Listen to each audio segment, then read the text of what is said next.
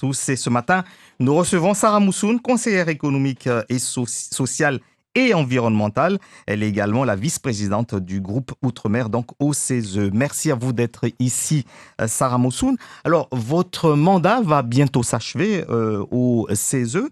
Que faut-il retenir de ce mandat? Qu'est-ce qui vous a le plus marqué? De quoi est-ce que vous êtes fier par rapport à ce mandat? Bonjour André, bonjour à tous Rapprochez-vous du micro ou sinon on va bonjour à tous avancer. les auditeurs. Écoutez, je suis bien contente aujourd'hui de pouvoir participer à cette interview parce que le mandat effectivement du CESE partait du 15 novembre 2015 au 14 novembre 2020. Donc normalement, le mandat est terminé de 2020. Mais il y a eu une prolongation des conseillers jusqu'en fin mai 2021, parce que vous savez tous qu'il y a une réforme qui est en cours et à la date de la promulgation qui se fera faite normalement fin mai, début juin. Alors, si on revient sur ces 5 ans, bientôt 6 ans de mandat, qu'est-ce qui vous a le plus marqué? De quoi est-ce que vous êtes la plus fière? Écoutez, j'ai participé d'abord pendant cette mandature, faisant partie du groupe de l'Outre-mer, d'abord à la délégation de l'Outre-mer, qui est composée de divers citoyens, de membres du Conseil économique et social. J'ai participé aussi aux travaux de la délégation des droits de la femme, où nous avons pu sortir quelque chose d'actualité aujourd'hui, aux violences faites aux femmes dans les Outre-mer tout particulièrement. Donc, c'était une très belle étude qui a été présentée en séance plénière, qui a eu beaucoup d'adhésion et que nous sommes en train aujourd'hui de vendre, entre guillemets, dans tous les territoires d'outre-mer pour qu'enfin que ce fléau puisse cesser. Et le plus gros travail de ma section, c'était dans la section affaires sociales et santé, parce que c'est là où nous avons reçu le plus de saisines gouvernementales. Parce que vous savez tous que les saisines qui sont faites au niveau du Conseil économique et social et environnemental, ce sont souvent des saisines qui viennent du gouvernement ou des présidents des deux assemblées, que ce soit le Sénat ou l'Assemblée nationale, ou encore par des pétitions citoyennes. Les citoyens, sur un certain nombre de signatures, normalement 500 000, pouvaient nous saisir au niveau du Conseil économique pour des études et faire des propositions aux deux assemblées. Donc pour moi, au niveau de cette mandature, c'est surtout au niveau de la commission action sociale où il y avait matière à faire et nous avons travaillé dessus sur des points qui ont de l'actualité et qui touchent la santé, qui touchent la pauvreté, qui touchent vraiment un domaine très très élargi du domaine où il fallait travailler. Quelque chose aussi important, dans notre délégation de l'Outre-mer, il est très important qu'un membre, avant de partir de son mandat, de finir son mandat, puisse proposer des travaux.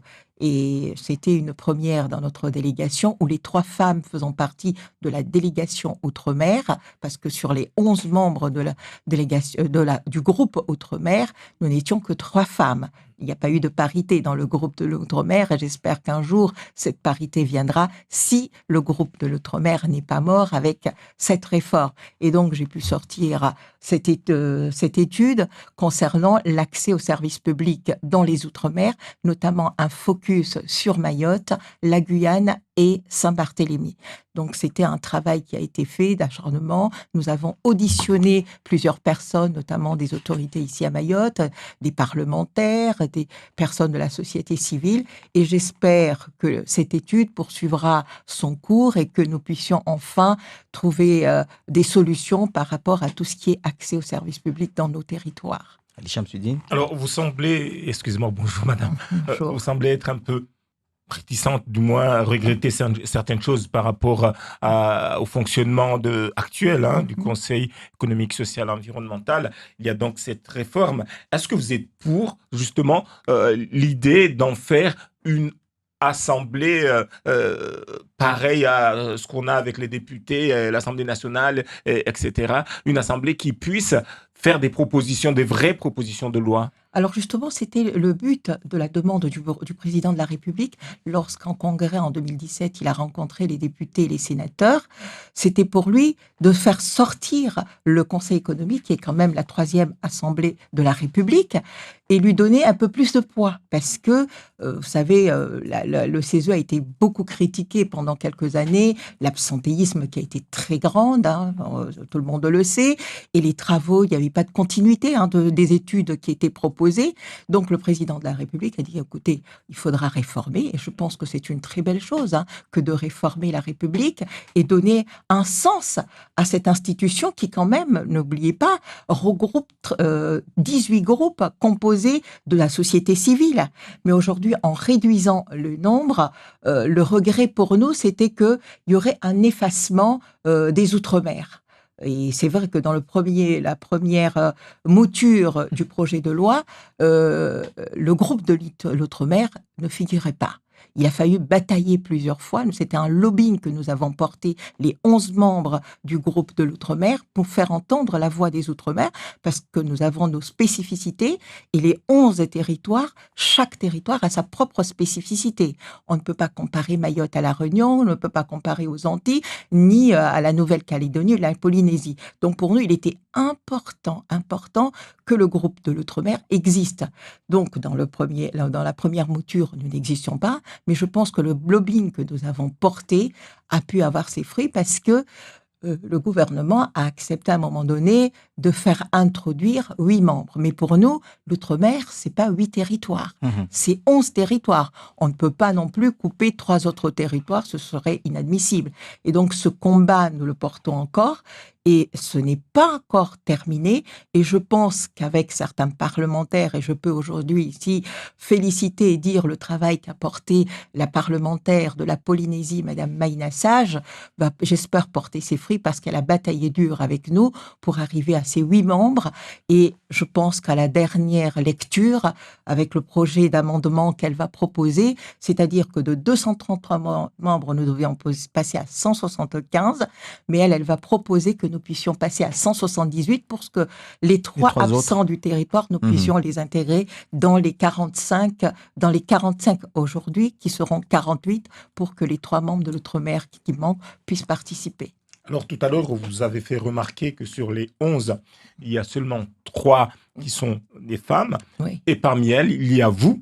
Oui. Et avant vous, il y a eu une autre femme de Mayotte. Tout à fait. Donc, est-ce que vous pensez qu'il faudrait continuer justement dans cette démarche pour Mayotte d'être représentée par une femme et que cela représente une espèce de valeur ajoutée ? Je ne vais pas dire que les hommes ne font rien, mais je pense qu'effectivement, la présence d'une femme dans ces institutions, et je le vois, parce que je ne parle pas seulement de notre groupe de l'Outre-mer, mais que ce soit dans les autres groupes, parce que les groupes, tous les divers syndicats sont représentés, à la tête de tous pratiquement, ce sont des femmes. Et ce sont celles qui, malgré les difficultés qu'elles rencontrent, vie familiale, vie professionnelle, sont toujours présentes et sont toujours là à pouvoir participer au débat. Donc, je pense que amputer d'un membre, de 3 membres dans ce groupe serait une aberration. Et pour Mayotte, je ne sais pas qui va être amputé. Est-ce que c'est Mayotte et d'autres territoires? Mais je pense que la bataille est encore là. Je pense qu'on va gagner. Et j'espère que celle ou celui qui nous représentera participera aussi et fera en sorte que les choses évoluent. Alors, avec cette réforme, donc, le CESE pourrait avoir plus d'influence, selon vous, dans les politiques gouvernementales ? Eh bien, c'est ce que souhaite le président de la République, justement, dans ses propos, en disant qu'il ne faudrait pas que... Parce que le CESE ne donne que des avis. Tout à fait. Ne donne pas... et ces avis sont après passés aux 2 assemblées, à l'Assemblée. Et c'est un travail de longue haleine qui se fait, parce que c'est des auditions, c'est des entretiens pour sortir des avis. Vous savez, lorsqu'il y a eu l'histoire sur la vie chère, eh ben, il a fallu faire travailler le Conseil économique et social, et ces auditions ont permis au gouvernement de sortir la loi que nous connaissons aujourd'hui. Donc, je pense que le CESE, avec cette nouvelle réforme, aura un peu plus de poids, plus de visibilité, parce que on perdra moins de temps des navettes qui se feront entre les deux assemblées, parce que c'est un travail qui aura été porté en amont. Et nous facilitons en fin de compte le travail qui se fait aux assemblées, qui vont éviter des auditions, de répétitifs, des doublons. Mais est-ce que vous ne craignez pas que, en faisant cela, le CESE risque d'être beaucoup plus politisé, que ce soit des enjeux politiques, alors que maintenant on voit que quelque part les conseillers économiques, sociaux et environnementaux, en tout cas dans le CESE, sont plutôt on va pas dire que vous êtes neutre, mais on n'a pas ce poids politique pour l'instant.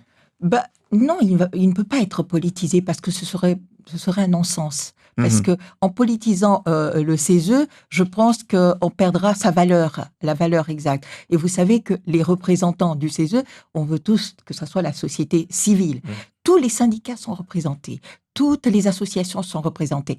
Et la majorité des membres sont choisis, désignés par leurs associations et leurs syndicats. Donc, c'est un poids très fort. Ceux qui sont nommés par le gouvernement, c'est une petite partie infime, et le choix du gouvernement, lorsque le gouvernement désigne un membre pour représenter un territoire dans le groupe du CESE, c'est surtout par rapport à une qualification, par rapport à une expérience dans la vie de tous les jours. Donc, je ne pense pas que le CESE va être politisé, et il ne faudrait pas que le CESE soit politisé, parce que justement, c'est ce qui fait le pont entre les deux assemblées.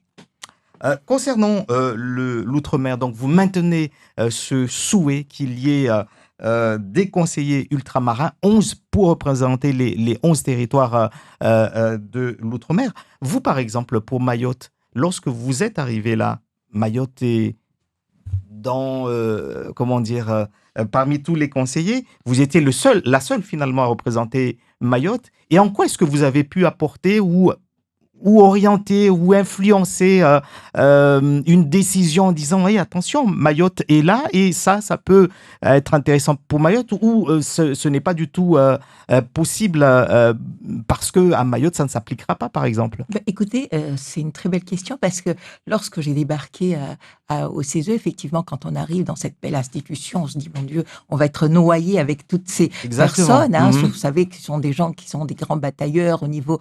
Nous avons des gens qui représentent des anciens représentants de la Cour constitutionnelle, des personnes de la haute magistrature. Et vous arrivez, vous vous dites, en fin de compte, ce n'est pas une mince affaire. Mais la chance que nous avons eue dans ce groupe, parce qu'on n'oublie pas que le groupe de l'Outre-mer n'existe que depuis 2010. Depuis 2010, parce que les autres collègues se sont bataillés pour se faire imposer, pour faire connaître la voix des Outre-mer.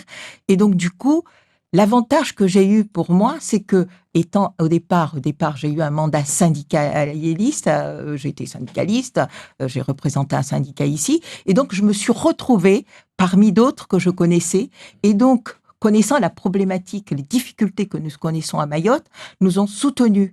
Et pour ne rien vous cacher, aucun membre du groupe de l'Outre-mer, lorsqu'il y a une prise de parole sur un sujet quelconque, Mayotte est toujours présent. Mayotte a toujours été présent. Pour une anecdote, lorsqu'il a fallu parler de la loi sur l'égalité réelle, lorsque Madame Erika Barrette était ministre des Outre-mer, c'est elle qui est venue au CESE lorsque nous avons présenté cette étude sur la loi égalité réelle. Et ben, les 18 membres du groupe de l'Outre-mer dans leur intervention, ont parlé de Mayotte. Et la ministre, en sortant de là, m'a posé là des questions. Qu'est-ce que, Sarah, vous avez fait pour pouvoir vendre Mayotte dans cette institution? J'ai dit la chose, c'est que le lobbying qui a été fait par notre groupe de l'Outre-mer, et connaissant que le Mayotte étant le dernier département français, avec toutes les difficultés que nous connaissons, économiques, sociales, et dans tout, le problème de la santé s'est posé aussi, le problème de la difficulté économique, et ben, j'ai été soutenue par toute cette équipe, et c'est une fierté pour nous aujourd'hui. Mayotte est bien représentée dans cette belle institution.